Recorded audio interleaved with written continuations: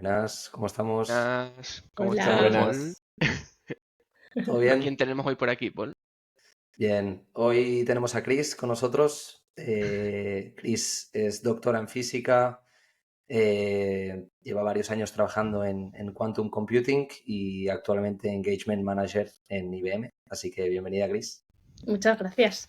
Muchas gracias por invitarme. Encantados de tenerte Muchas por gracias, aquí. Chris. Bueno, bien. Bien, nada, la idea hoy es que Chris nos hable un poco sobre computación cuántica, sobre su historia, que es muy interesante también. Así que nada, si quieres contarnos un poquito, Chris, sobre tu historia, sobre cómo empezaste. Perfecto. Pues nada, a ver, soy de Madrid, estudié en Madrid, en la Autónoma, estudié física. ¿Por qué me metí en física? Pues es que yo no soy de estas personas que tienen como una super vocación clara desde que son pequeños y esas cosas, sino que más bien fue un cúmulo de circunstancias, de profes que te motivan, de cosas que lees, de hablas con gente.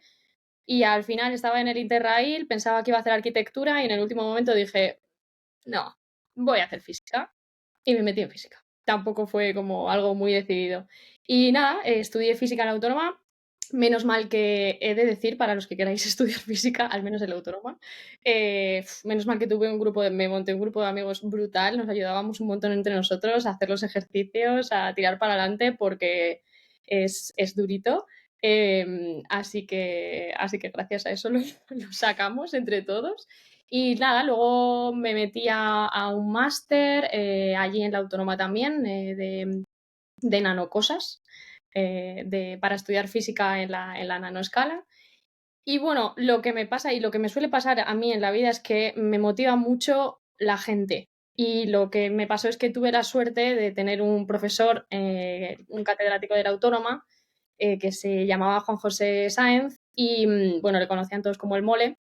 Y entonces, pues nada, es que fue conocerle y decir, quiero trabajar con esta persona pues nos dijo a un compañero y a mí, nos dijo, vale, si queréis seguir conmigo, podemos hacer el doctorado juntos, podéis hacer el doctorado conmigo, pero yo me voy a Donosti, me voy al País Vasco, así que si queréis. Y yo dije, pues encantada, pues para allá me voy.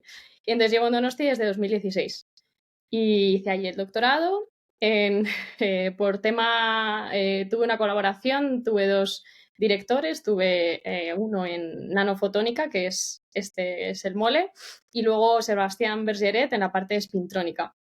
Y así que tengo como dos partes dentro de mi doctorado, spintrónica y nanofotónica, que si queréis, pues me meto ahí, pero si no queréis, pues solo se quedan los nombres y ya Bien, está. por la cara de Aure yo creo que necesita una pequeña La explicación verdad es Sí. que de qué es la espintrónica y a la mí lo de nanofotónica. nanocosas me ha dejado... Nanocosas. Mira, en general, mi doctorado son nanocosas.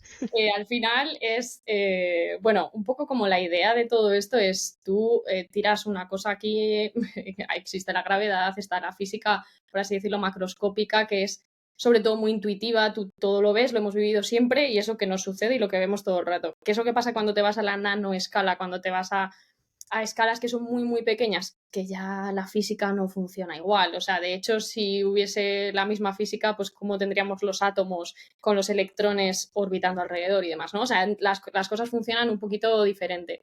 Entonces, bueno, pues a mí yo me metí más en esa parte de la nanoescala, de entender la física a lo pequeñito, y por un lado estudiaba los electrones, el transporte de electrones, eh, especialmente por la parte de su spin, que el spin es una de las características que tiene el electrón, que a lo mejor os suena, que es como, por así decirlo, como si fuesen mini imanes chiquititos, ¿vale? Dicho como así, pues al final la spintrónica lo que se aprovecha es justo de eso. Es de, bueno, pues podemos tener corrientes de electrones como tenemos normal, pero además podemos tener corrientes de spin, ¿no? Corrientes que nos pueden servir para, por ejemplo, para usarlo como los unos y los ceros en las memorias de los ordenadores, ¿vale? Porque si tienes un spin hacia arriba lo puedes suponer como un 1, si lo tienes hacia abajo lo tienes como un 0, entonces tienes memorias súper mega ultra chiquititas, ¿no? Entonces por ahí van las aplicaciones. Y luego la nanofotónica, pues en vez de electrones, lo que estudiaba era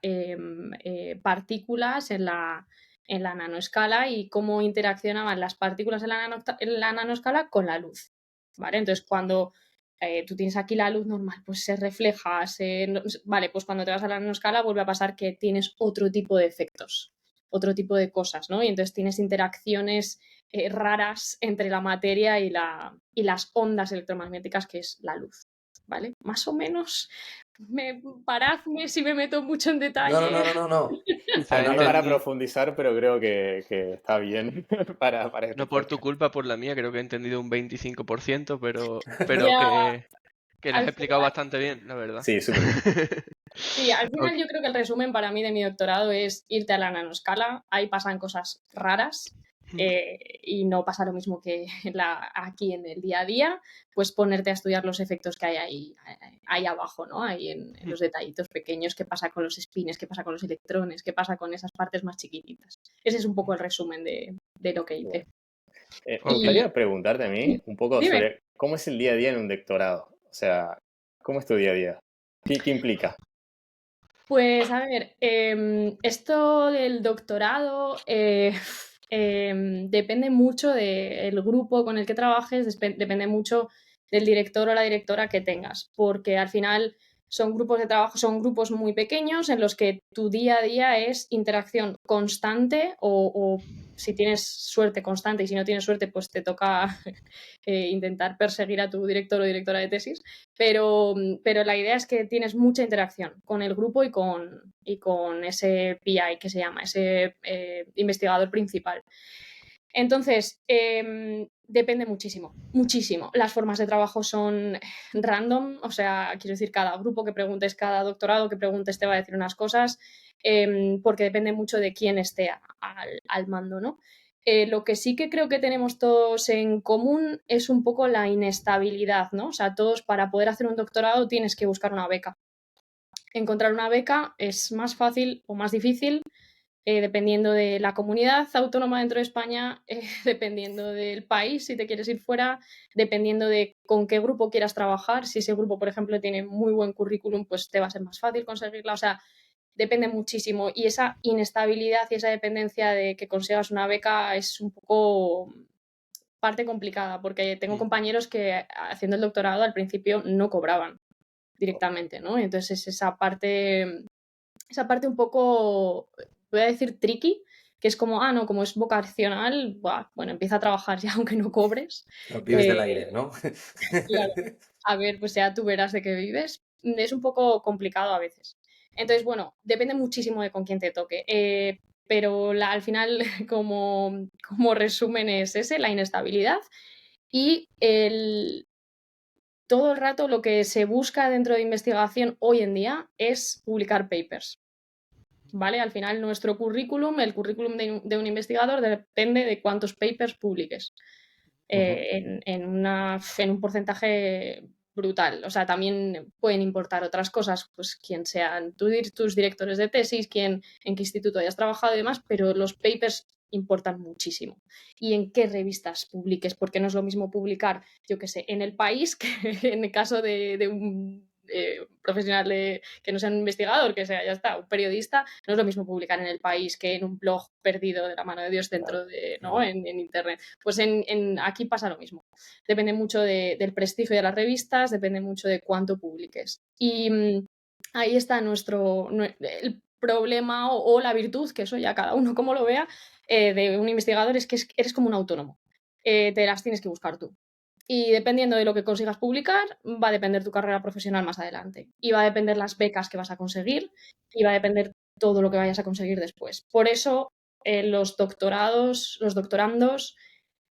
bueno, la presión que se suele tener es bastante alta. O sea, tienes que estar bastante preparado y de hecho yo hice el doctorado en Donosti, ¿no? Y hay un montón de institutos ahí de física y demás y se hizo en su momento un estudio un poco de la parte de la parte psicológica de los doctorandos.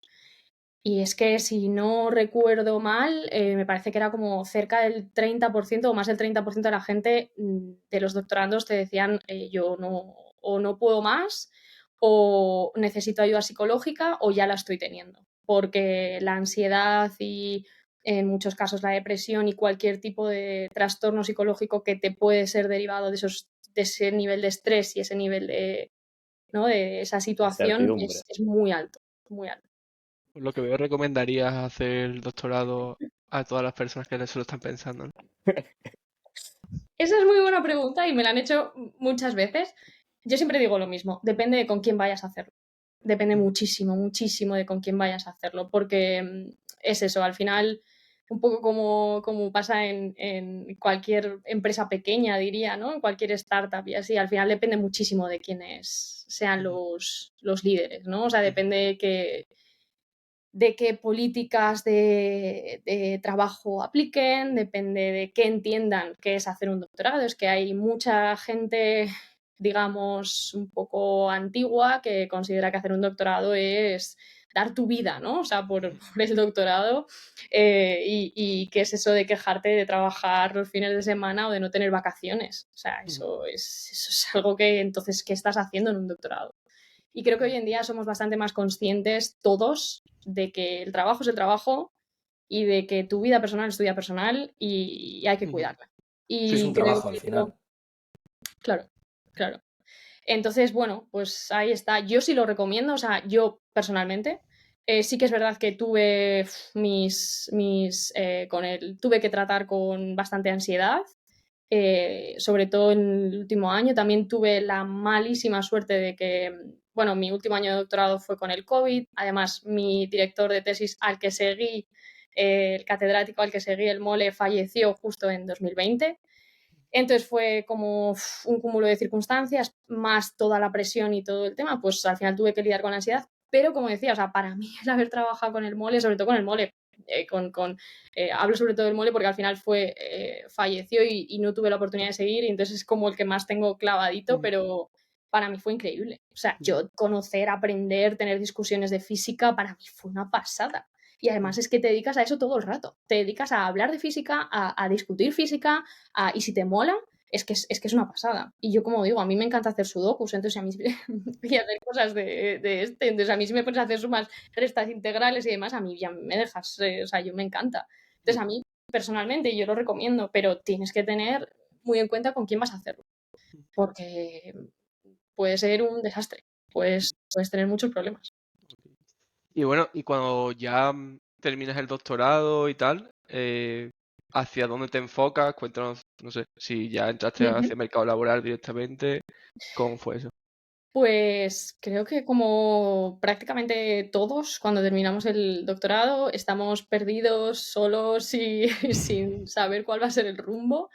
Y bueno, un poco de nuevo, por hablar con gente. A mí me gusta mucho, o sea, al menos personalmente, mi carrera profesional, y creo que ha sido muy, muy decisivo el hablar con mucha gente, el aprender de gente, el intentar de cualquiera con el que me cruzaba preguntar sobre su vida, su carrera profesional, sobre qué habían hecho, sobre todo, porque para mí eso me ha hecho pensar, pues esto me mola, esto no me mola, esta persona me gusta, esta vida que ha tenido esta persona no me gusta, ¿sabes? Como que me ayuda mucho a decidir.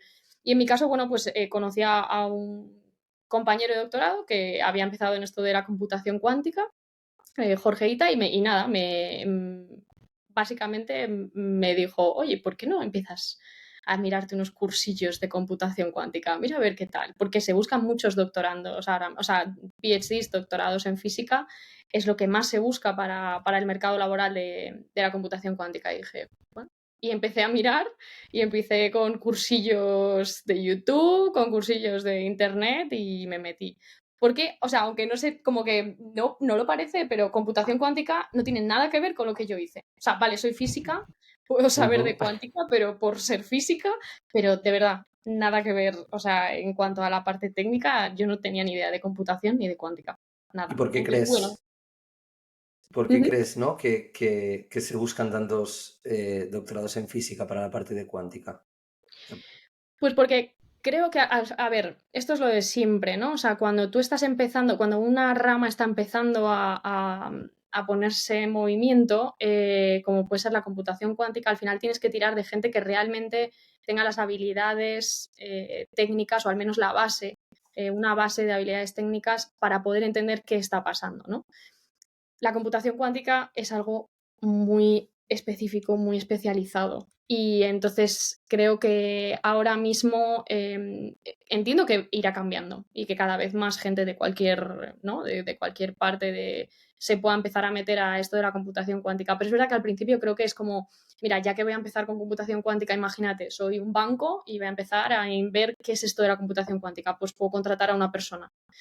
Pues voy a intentar que sea un doctorado porque al menos voy a intentar asegurarme que la base de física, al menos la base cuántica y algo de la parte de computación tenga, ¿no? Y creo que es por eso, porque el nicho por ahora es muy pequeño, es algo muy especializado y como todo entiendo que luego se irá agrandando y cabremos todos, ¿no? Pero al principio creo que diría que no solo de la computación cuántica, sino de cualquier parte que se vaya abriendo poco a poco y que sea nueva, al final coges como a lo que más experto pueda ser para asegurarte de que tiene las bases, ¿no? Para tirar para Bien, adelante. Yo tengo que bien. hacerle un favor a las personas que nos escuchen y tengo que preguntarte qué, qué es la computación cuántica, Vale, pero para alguien de la calle, ¿sabes? vale, No para un doctorado. vale. Pues la computación cuántica es, la frase que siempre se dice es un nuevo paradigma de computación. ¿Qué significa esto? Que hasta ahora los ordenadores que nosotros conocemos, que todos usamos, son ordenadores lo que llamamos clásicos, que tienen bits, ¿vale? ¿Qué es un bit? Pues los unos y los ceros. Ya está. O sea, los unos y los ceros, al final lo que hacemos, lo que se ha decidido, que esto es como siempre, esto ha sido cómo se ha ido desarrollando la computación. Seguro que hay otras formas de hacerlo que ni hemos pensado, pero cómo se ha desarrollado hasta ahora la computación y todo lo que tenemos en cuanto a ordenadores es unos y ceros. Reducimos toda la información a unos y ceros, ¿vale? ¿Qué es lo que pasa? Que un bit, un solo bit puede ser o un 1 o un 0. Entonces, ahora es cuando viene la parte de nuevo paradigma. Con los qubits, que son los bits cuánticos, no solo puede ser un 1 o un 0, ¿vale? Ese bit cuántico es un estado, es una superposición, es un estado que puede ser, pues imagínate, un 30% un 0, un 70% un 1, ¿vale? Es como un estado que se llama superposición de estados, ¿vale? Básicamente lo que estás haciendo es, ¿vale? En vez de tener un bit que solo puede ser un 0 o un 1, tengo algo que puedo tener en un estado estadístico, ¿no? Un 30% de esto, un 70% de esto. ¿Para qué sirve eso? Para hacer la computación de otra forma completamente diferente, ¿vale? Los algoritmos, o sea, los circuitos, literalmente los circuitos electrónicos son diferentes. ¿Por qué? Porque tienes que tener en cuenta eso, que ahora ya no tienes solo bits, tienes qubits. Y esos qubits pueden interactuar entre ellos. Por ejemplo, los bits, cuando interactúan, o sea, la parte que tienen de interactuación, aún así va a ser siempre no van a estar entrelazados como puede pasar en cuántica, no vas a tener interferencias entre los bits. Con los qubits sí puedes tenerla. En términos generales es otra forma de hacer electrónica, otra forma de hacer mates, y la parte como más fundamental que hay que tener en cuenta es ya no tenemos un 1 o un 0. Tenemos algo que está entre medias. Tenemos como un estado que tiene probabilidades de estar en uno y probabilidades de estar en otro. ¿Vale? ¿Qué diferencia hay? O sea, ¿qué implicaciones tiene, no? Porque me queda claro como la diferencia que hay a nivel con el ordenador clásico, digamos, o la forma clásica de entender ¿Vale? la computación, pero a nivel práctico, digamos, ¿no? ¿Esto qué implica? Que ahora ya no sea un 1 o un 0, sino que pueda ser algo que está entre medio. Pues claro, a ver, ¿qué implica? Que tú puedes acceder a muchos más estados, ¿vale? La implicación más aplicada o la más importante es que puedes acceder a muchos más estados con muchos menos qubits, ¿vale? ¿Por qué? Porque tú tienes un bit, solo puede ser un 1 y un 0. Si tú quieres acceder a los dos estados, el 1 y el 0, necesitas dos bits. Necesitas uno que esté en el 1 y otro que esté en el 0. Cuando tienes un qubit, tienes los dos a la vez, ¿vale?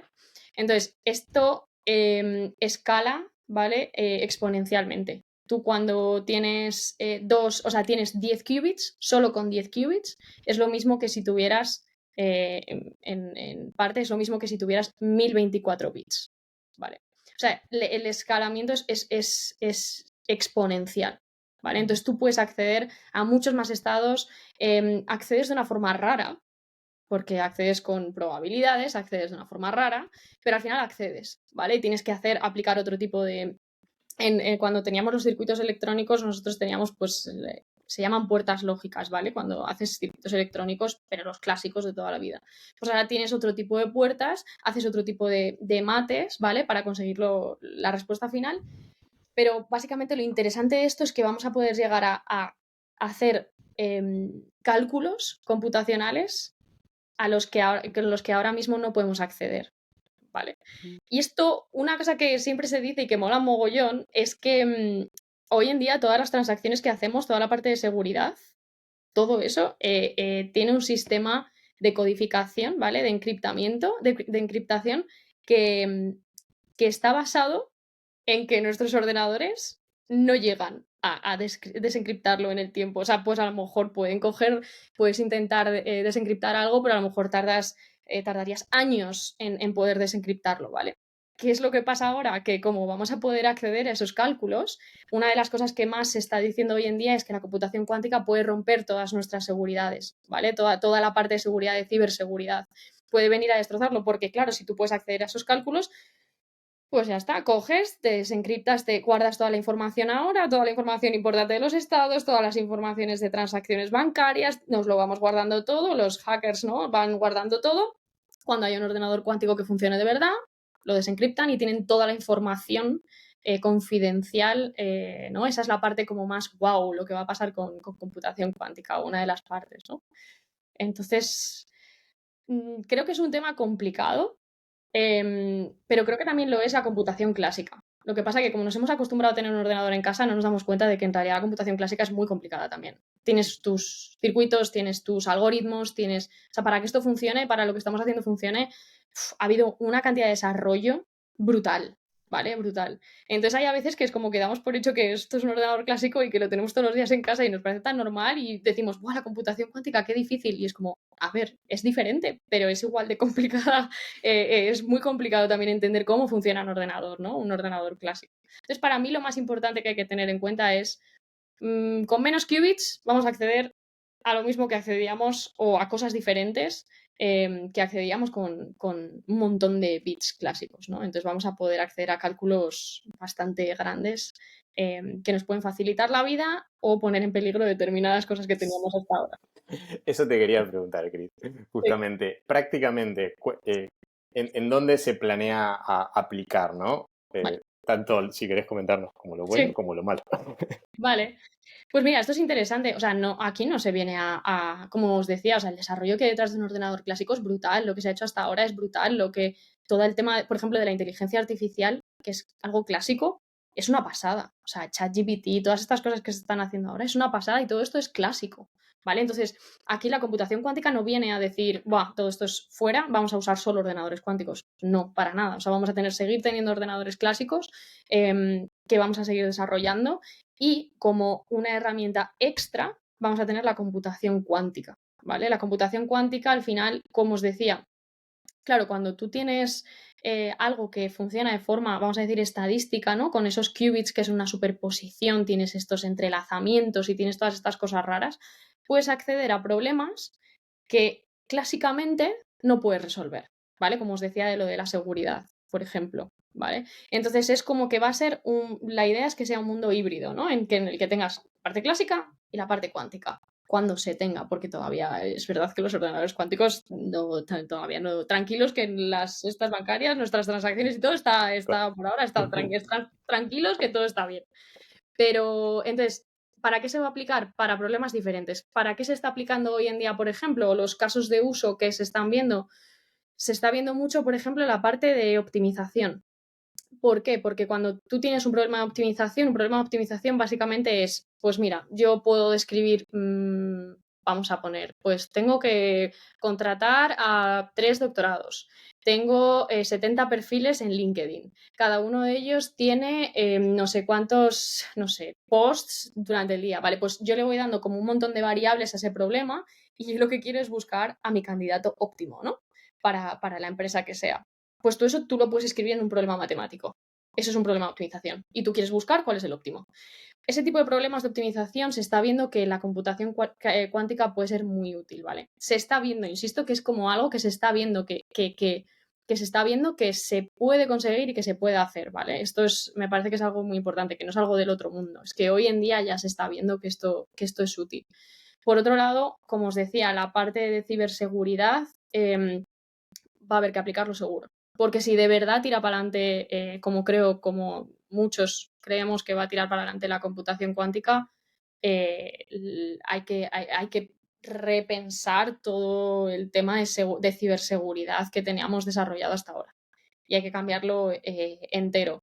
Y un montón de cosas más. O sea, por ejemplo, los bancos hoy en día están tratando problemas por ejemplo, de estadística. Al final, problemas estadísticos, es que me metería en palabras un poco más difíciles como problemas de Monte Carlo y demás, pero todo lo que tenga que ver con problemas estadísticos, muchas veces la computación cuántica es muy útil, porque al final es que tienes cosas que son estadísticas per se, ¿no? O sea, tienes esos qubits que ya son superposiciones estadísticas, ¿vale? Entonces, para todo eso es muy útil. Y por otro lado, una cosa que Feynman es un físico muy reconocido, muy importante dentro de la física y para mí Profe. una pasada, que siempre he intentado explicar las cosas lo más sencillo posible y Feynman, lo que decían al final, la idea era, vamos a ver, nosotros queremos hacer, imagínate, baterías de coches eléctricos que funcionen de la leche, que los materiales sean perfectos, o quiero hacer ventanas que no se rompan nunca y que a la vez, ¿sabes? Como que quiero que los materiales sean perfectos. Claro, ¿cómo lo voy a conseguir? Necesito simular esos materiales, ¿vale? Pero los tienes que simular con tal perfección para conseguir lo que tú quieres conseguir, los tienes que simular tan bien para entenderlos y para estudiarlos, que claro, tienes que tener en cuenta que es que esos materiales, a la hora de la verdad, están formados por átomos. Los átomos son cuánticos. Entonces, tú, con ordenadores clásicos, nunca vas a poder llegar al desarrollo de materiales tan brutal como querríamos. Si tú tienes un ordenador cuántico y simulas los átomos que forman los materiales y toda esta parte de química y de materiales, al final vamos a poder llegar a desarrollos de partes pero de cualquier cosa. Es que se dice mucho de las baterías de los coches. Por ejemplo, se puede desarrollar mucho los materiales y ver cómo funcionan, pero es que para cualquier cosa. O sea, es que una molécula de cafeína, por ejemplo, hoy en día es prácticamente imposible tratarla con un ordenador clásico. Parece mentira, pero es que al final estás intentando simular algo que es puramente cuántico, una molécula, con un ordenador clásico. Entonces, claro, necesitas tal cantidad de bits que es que los procesos tienes horas y horas y horas y horas y no sé o sea, muchísimo tiempo para intentar conseguir entender esa molécula, ¿no?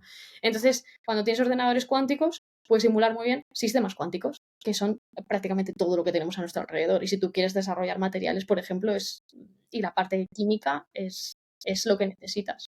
O sea, llego a una conclusión que puede ser un poco necia, pero me gustaría preguntarte sobre que al final la computación cuántica, en comparación con la computación normal, ¿Sí? es más ecológica. Pues, Sí, bueno, a mí me parece ese punto de vista me parece muy interesante. Al final es una parte muy importante de la computación cuántica es justo eso. Es que necesitas menos resources, menos, ujú, al final, Cursos. menos capacidad o recursos para llegar a lo mismo.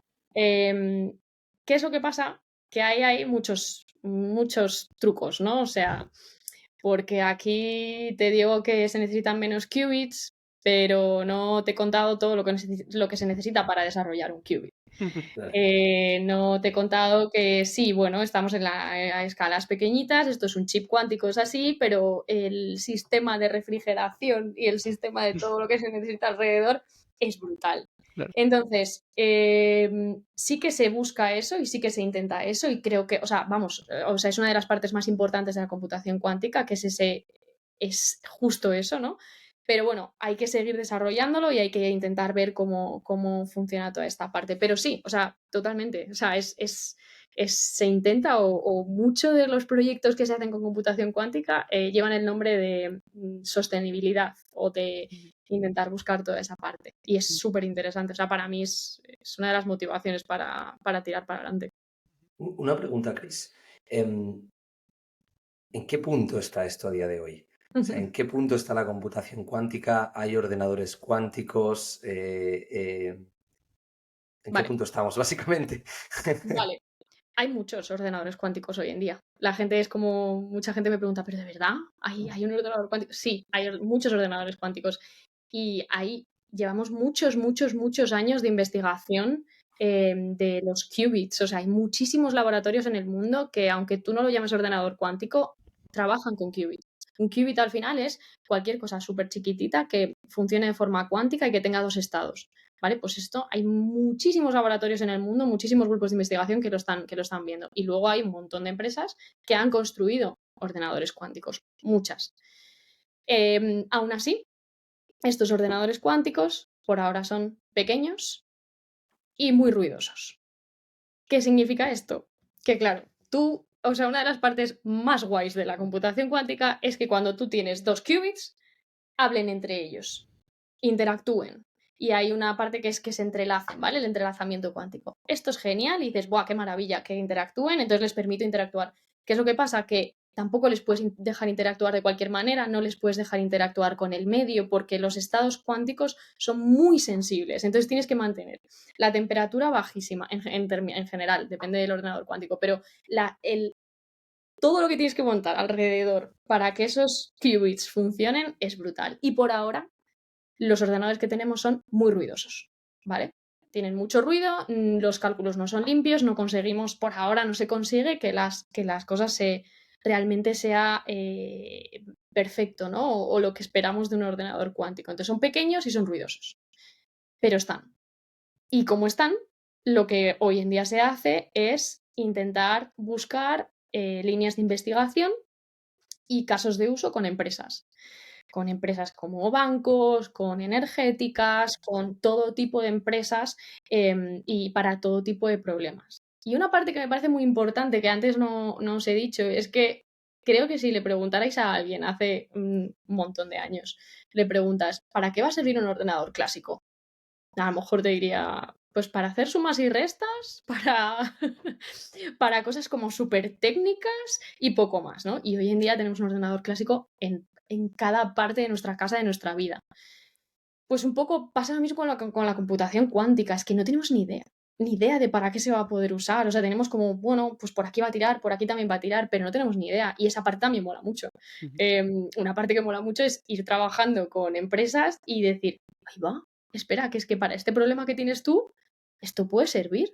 Y podemos usar este tipo de algoritmos, como os decía, estos algoritmos diferentes, raros, esta nueva parte de matemáticas, ¿no? Lo podemos usar para este caso de uso.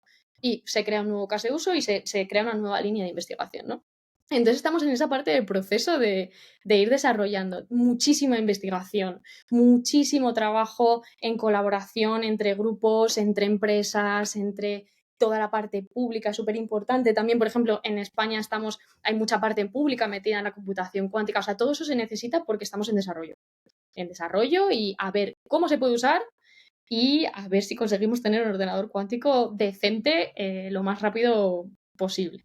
Pero por ahora es pura investigación y puro desarrollo. Por ahora no hay nadie que tenga un ordenador cuántico y que, yo qué sé, que sus procesos internos de optimización de lo que sea, de carteras de inversión, yo que sé, por ejemplo, en un banco, usen el ordenador cuántico y te saque algo que sirva, porque son muy pequeños y son muy ruidosos. Y ¿Vale? suenan muy caros, ¿no? Por todo Bueno, lo que has dicho. esto es como todo, pues ahora aparecen de vez en cuando compañías que te dicen, no, ahora puedes tener tu ordenador cuántico por tan solo 1 millón de euros. Y dices, bueno, ¿qué es caro y qué es Claro. barato? Pues depende de quién seas y de qué beneficio vayas a conseguir con ese ordenador cuántico. Porque si tú ahora te pones a investigar y para tu empresa y yo qué sé, eres una empresa, eres una farmacéutica y te pones a investigar, ahora has invertido 1 millón de euros en un ordenador cuántico, te pones a investigar a tope y al final, a lo mejor de aquí a 20 años, tienes desarrollado una serie de fármacos que son la releche, porque has estudiado de la releche las interacciones de las moléculas, ¿sabes? Entonces, bueno, ¿qué Depende es de lo, caro y qué es barato? depende de lo que hagas también, ¿no? Es Igual que todo todo. campo. Por lo que veo es Depende. todo campo, ¿no? O sea, quiero decir, está Todo campo. todo un poco por hacer en este sentido, pero se está desarrollando la capacidad computacional Sí. para empezar a hacer mejoras en distintas áreas que a día de hoy entiendo que no son posibles. Quiero decir, Claro. llegaría, la computación cuántica es capaz de llegar a conclusiones o a optimizaciones a tal punto que a día de hoy un ordenador tradicional, no sé cómo Sí, llamarlo, ¿no? clásico, sí. Clásico no llega. Eso es. Claro, o sea, eso es lo que se ve y lo que estamos empezando a ver ahora. Ahora mismo yo trabajo en IBM y por parte de IBM Quantum el mensaje que se lanza ahora mismo, que me parece muy interesante, es estamos en la era de la utilidad, ¿no? De la que realmente estamos con los casos de uso y estamos viendo que la computación cuántica realmente es útil y se puede ver. Obviamente, se está viendo que es útil, tenemos que seguir y el mensaje es muy claro, es esto es útil, pero o sea, o trabajamos todos a una, investigamos y las empresas os metéis aquí para intentar desarrollar la computación cuántica, o esto no va a ningún sitio, ¿no? Pero sí que se está empezando a ver que es útil. Ahora, como te decía antes, el tema de la ciberseguridad. Esto es un algoritmo que se sacó en el 1900 y mucho, ¿no? O sea, es un físico que se llama Shor y el algoritmo de Shor, esto es un algoritmo que está demostrado desde hace muchísimos años. Ahora, este algoritmo es un algoritmo que está desarrollado teóricamente. Para pasarlo a un ordenador cuántico y que sea realmente sacarlo, necesitas crear el ordenador cuántico, montarlo, construirlo y a ver cómo funciona, ¿no? Bien. A mí me interesa, es como si estuviéramos, o sea, como el internet hace 50 años. Uy, a ver qué es esto. Exacto, exacto, no, literal. Y es que ¿quién nos iba a decir a nosotros que íbamos a tener esto hace 20 años? Pues es que nadie, o sea, es que es imposible tener esa visión. Entonces lo que mola es eso, es como todos los días salen cosas nuevas, todo, ¿sabes? Todo el rato estás aprendiendo cosas nuevas y cada vez es más grande este nicho y cada vez hay más gente que se está metiendo y más, bueno, más colaboraciones y más investigación. Y eso mola mucho, la verdad, porque todo el rato están pasando cosas nuevas. Yo creo que está bastante guay todo el tema de que nos ha explicado de la computación cuántica. He entendido cosas. Es decirte. Pero nos gustaría ahora también profundizar un poco más en tu experiencia laboral, ¿no? Porque a mí me llama la atención, ¿no? Que ya hagas el doctorado, has estado haciendo research y tal, y ahora estés también trabajando, has trabajado en algunas startups y en algunas Sí. empresas. Y bueno, entraste en Multiverse, has dicho, que era una startup cuando tú Sí, entraste que era bastante es que pequeña. sí. Cuéntanos si quieres cómo fue la experiencia. Vale. Pues bueno, yo durante el doctorado tuve la suerte de conocer a Roman Orus, que es el Chief Scientific Officer de Multiverse. Entonces, bueno, ¿qué es lo que pasó? Que, bueno, como os decía, me empecé a mirar tutoriales, me empecé a ver cursillos y empecé a ver que esto molaba, lo de la computación cuántica.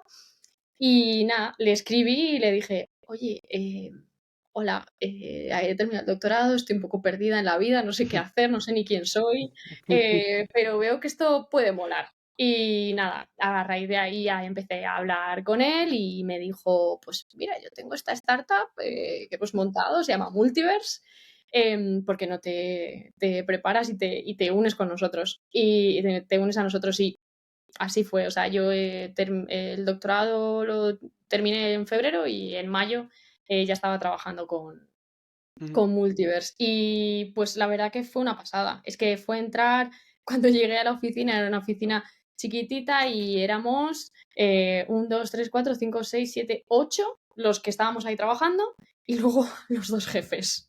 Ya está. Y luego teníamos a 2 personas, creo, en Canadá.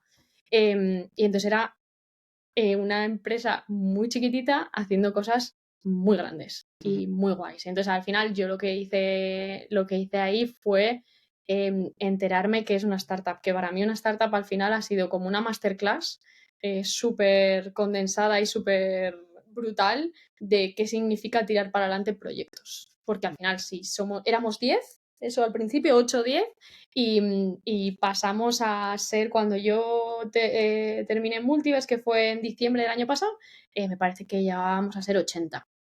Entonces, al final lo que ves para mí ha sido como trabajar en una startup, para mí es como te dan una masterclass. Yo estuve casi 2 años, una masterclass de qué narices es la industria, de cómo se tira para adelante un proyecto, qué se necesita para tirar para adelante un proyecto, porque al final, al ser una startup, estás muy metido en todas las partes de la empresa. No es como si trabajas, pues eso, en una multinacional, que tu trabajo está muy bien definido, tu rol está súper bien definido, qué es lo que tienes que hacer y cuáles son tus méritos al final del día, ¿no?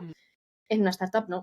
O sea, en una startup, pues bueno, pues hoy aparece un proyecto y tienes que hablar con no sé quién, al día siguiente aparece otro proyecto y a lo mejor te meten, bueno, de lado, como solo para software developer. A lo mejor luego viene la ronda de financiación y empezamos a hablar de, joder, qué cosas se necesitan, qué cosas no se necesitan. O sea, estás mucho... una frase que se suele decir es como que te tienes que poner muchos sombreros, ¿no? Y cada día te tienes que poner uno dependiendo de con quién te toque hablar o de qué te toque ese día trabajar, ¿no? Y para mí significó eso. Guay. Me gustaría investigar un poco el momento ese que has comentado de vacío cuando terminas el doctorado. Uno, ¿cómo fue? Si en plan fue mucho tiempo, esos días o semanas y tal. Y otro, ¿qué recomiendas hacer para seguir un camino parecido al tuyo?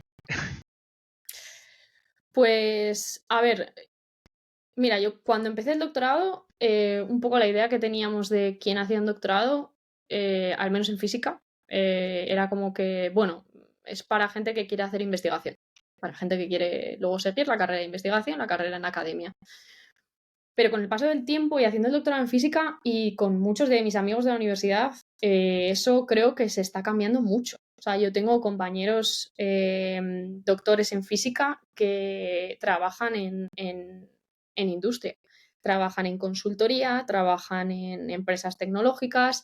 Entonces, creo que hoy en día hacer un doctorado en física lo único que va a significar es que van a darte cera durante 4 o 5 años, vas a aprender a buscártelas tú solo, como decíamos antes, vas a ser una especie de autónomo, vas a tener que lidiar con eso, con el estrés, vas a sacar para adelante como vas a desarrollar toda tu parte analítica y después de eso, pues puedes elegir lo que quieras. O sea, para mí hoy en día yo jamás diría, si haces un doctorado en física, solo vas a poder seguir en academia, ni de broma. O sea, haz un doctorado en física y si luego quieres meterte en la industria, es que no va a haber, o sea, creo, al menos en física, no va a haber ningún problema, ¿no?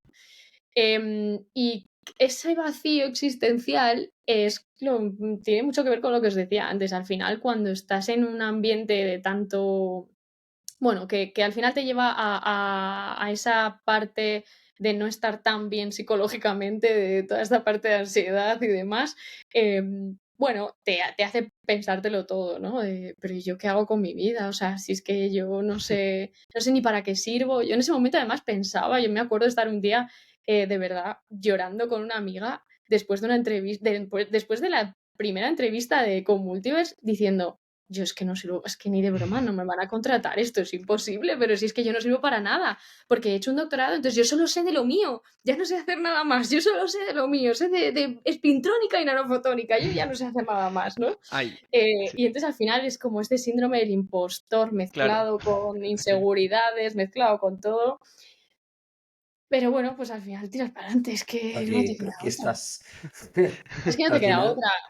Y hablas con mucha... Yo personalmente siempre digo lo mismo, habla con la gente, habla con mucha gente. Porque es que para mí es que eso es clave. Yo hablar con mucha gente, hablar con uno, conoces a este, conoces al otro. O sea, yo pues eso, en su momento escribí a Román porque me interesaba, porque me apetecía y me apetecía hablar con él. Y si no me contrata para Multiverse o no me meto en Multiverse, bueno, pues al menos he hablado con esa persona y sé lo que hace y he visto que hay una posibilidad ahí, ¿no? Entonces, y hablar con un montón de gente para mí es que es clave. Y ahí ya pues luego decides. Y al final hablando con mucha gente, alguno colará. Alguno. ¿cómo ha evolucionado ahí, Chris, un poco tu rol, ¿no? Desde que, porque entiendo que, por lo que decías, en Multiverse hacías de todo, ahora estás en IBM, entonces, ¿cómo ha evolucionado tu rol? No sé si podríamos hacer una retro, ¿no? A lo mejor no quiero ahí robarte mucho tiempo, pero entre la diferencia, ¿no? Que tú has visto entre trabajar haciendo research, ¿Vale? trabajar en una startup y estar ahora en IBM, ¿no? O sea, son 3 entornos, 3 animales muy distintos. Sí. Entonces, ¿cómo ha sido para ti la evolución? Pues, mira, al final lo que sí que es verdad que no tengo, o sea, como que tenía claro que lo mío, como os decía antes, yo no tengo una vocación clara. O sea, yo sé que al revés, mi vocación es allá donde vaya, intentar estar a gusto. Y si hoy me toca trabajar de esto, perfecto, y voy a intentar estar muy a gusto, pero no soy una persona, o sea, si por lo que sea, yo qué sé, entramos en guerra, yo qué sé, cualquier cosa que pueda pasar en el mundo, yo no va a ser como, Dios mío, quiero ser. No, pues si me toca ser panadera, me toca ser panadera y cambiar totalmente mi enfoque de la vida, pero voy a intentar estar a gusto ahí, ¿no? O sea, en la panadería voy a intentar estar a gusto. Entonces, para mí es eso. Yo lo que intento siempre es intentar buscar gente que me motive e intentar estar a gusto en lo que esté haciendo. Entonces, por eso como que pues voy para donde me va llevando la vida. En su momento me llevó a seguir al Mole, hasta Donosti, hice el doctorado y es verdad que esa parte de inestabilidad de decir, "Buah, es que ahora yo termino el doctorado y si quiero seguir en investigación, tengo que buscar financiación.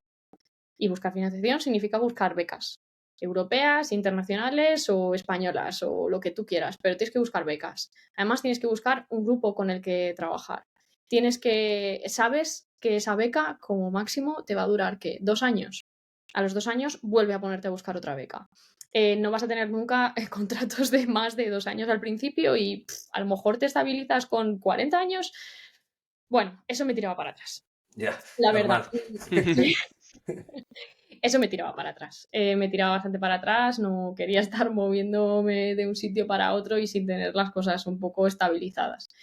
Entonces, hice el doctorado, estuve muy, muy contenta de la parte profesional que había desarrollado, pero me apetecía cambiar y me apetecía irme a otra parte y cambiar y hacer otra cosa, ¿vale? Y surgió esto, ya os digo, hablando un poquito con uno, hablando un poquito con otro, me metí en Multiverse, que es una startup. El trabajar en una startup para mí fue un choque brutal, porque en academia, vale, eres como un autónomo, vas haciendo tú las cosas por tu cuenta, eso es parecido en una startup, porque al final te las tienes que buscar tú, no va a estar, no tienes, ¿no? O sea, al final tienes que ir tirando para adelante porque si no las cosas no salen, pero fue como un cambio vale, o sea, ahora aquí las cosas se hacen de forma práctica, ¿vale? Papers, o sea, había veces que los papers, bueno, no había veces, yo no hacía papers porque fuesen prácticos, ni porque se pudiesen aplicar absolutamente nada, es que eso me daba igual. Es que a mí lo que me gustaba era estudiar y lo que me gustaba hacer mates y me gustaba sacar para adelante la investigación, todo lo demás me daba igual. Te pasas a una startup y no, ahora ya no. Ahora el proyecto tiene que salir adelante y además tiene que salir adelante en este tiempo y además tiene que salir adelante y tienes que obtener de este proyecto esto y esto. Y si no lo sacas, tienes un problema. Entonces, claro, ese pragmatismo brutal fue un cambio increíble. O sea, ese cambio, o sea, en física, en academia, era como intentar hacer la investigación lo mejor posible y da igual que luego el paper salga de aquí a un año, eso da igual. En la startup, diría que en industria en general es todo lo contrario. Es como, a ver, lo que tengo claro es cuándo tiene que estar. Lo que hagas con el proyecto, pues intenta hacerlo lo mejor posible, pero el tiempo que tienes y el dinero que tienes es este, punto, ya no tienes más, ¿no? Ese cambio fue bastante, bastante brutal. Fue bastante brutal. Ahora, cada uno que creo que también, por ejemplo, en la industria hay que estar un poquito, hay que ser un poco más espabilado. Hay que tirar un poquito, sobre todo en una startup, hay que moverte. Hay que, ¿sabes? Como que tener un poquito de, pues voy a tirar por aquí, voy a tirar por allá. En mi caso, sobre todo, por ejemplo, en Multiverse, los técnicos, los que éramos el perfil más técnico, además también tratábamos con cliente. A ver, vamos a ver, un físico promedio, esto que se dice siempre que son muy frikis, bueno, pues llámalo X, llámalo frikis, llámalo como quieras, pero no todo el mundo tiene desarrollada una parte social de tratamiento con cliente, tal que sepan llevar una reunión con un cliente adelante. Bueno, pues estos son muchos cambios, ¿no? Que tienes que yo fui viendo, al menos personalmente, ¿no? Claro, eso Y destaca luego, de ti.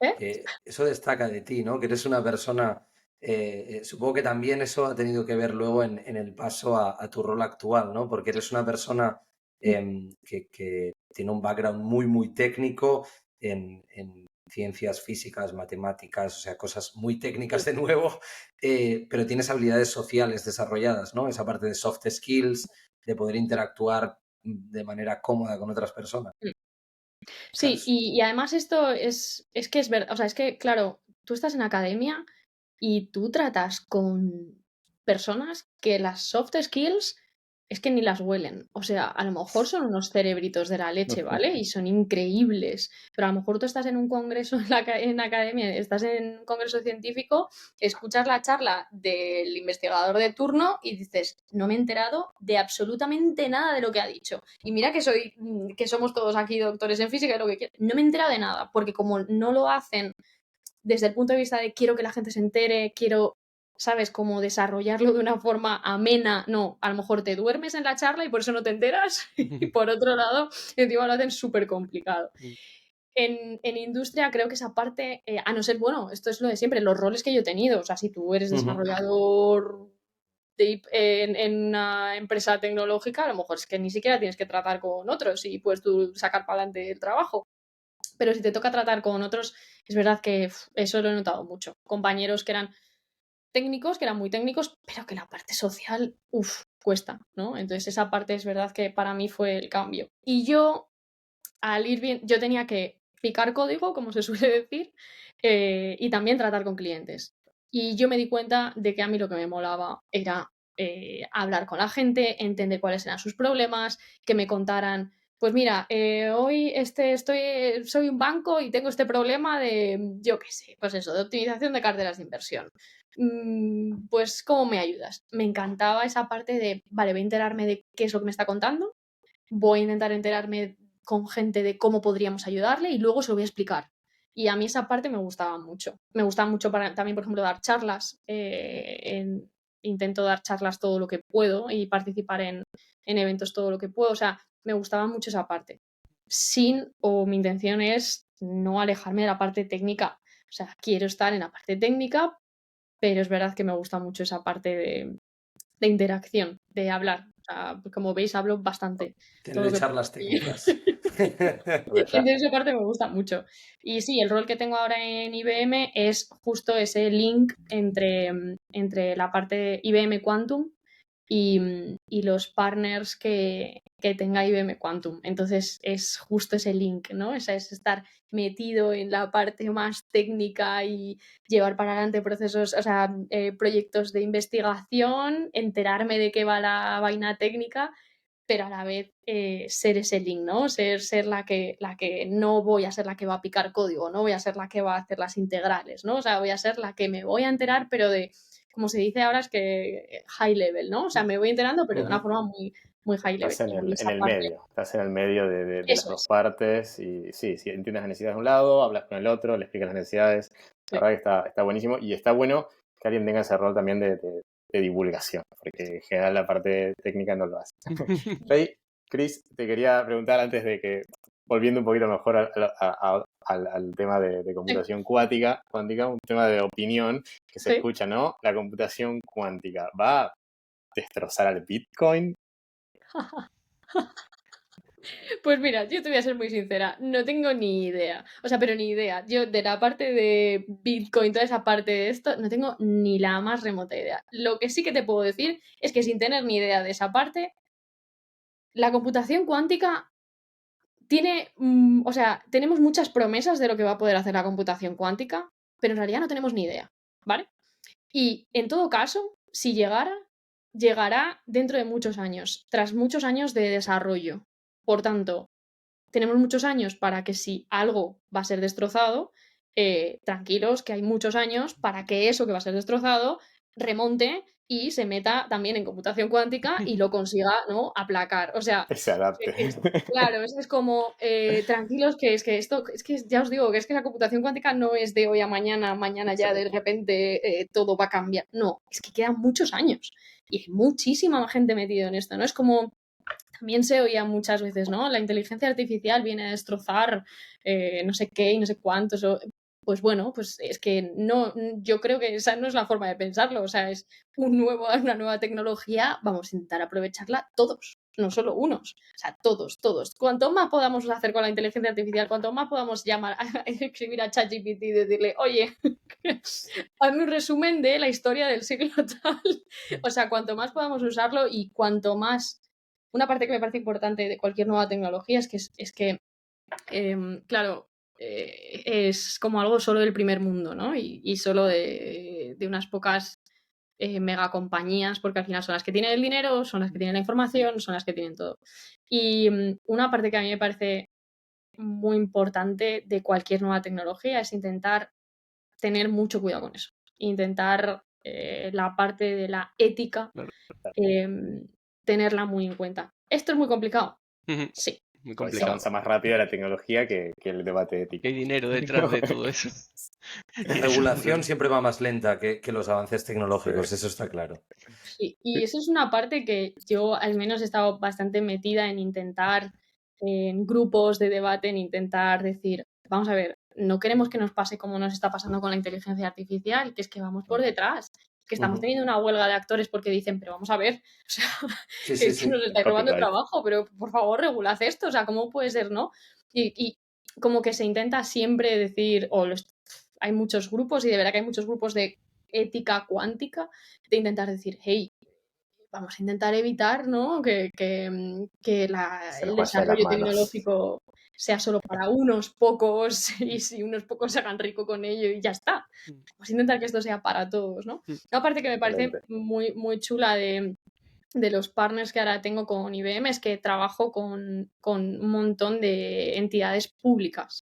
Y esto a mí me parece muy importante. O sea, creo que desde el principio, incluso ahora, como os decía, es que no tenemos nada con computación cuántica, nada que sea un proceso, o sea, tú no puedes coger un ordenador cuántico y hacer nada útil, ¿no? Útil en la definición más, ¿no? más útil de la Sí. palabra útil, no puedes hacer nada, pero ostras, veníos, empezad a aprender qué es esto, empezad a ver cómo se va a usar y para qué se va a usar y vamos a intentar ir legislando lo más pronto posible para que las cosas vayan bien. Y esto me parece muy interesante. Creo que hemos aprendido de las leches que nos hemos metido con inteligencia artificial y la intención es que con computación cuántica las cosas se hagan mejor. Ahora bien, pues bueno, ahí Ya veremos. Nos juntamos en 10 años y veremos a ver qué tal. ya veremos.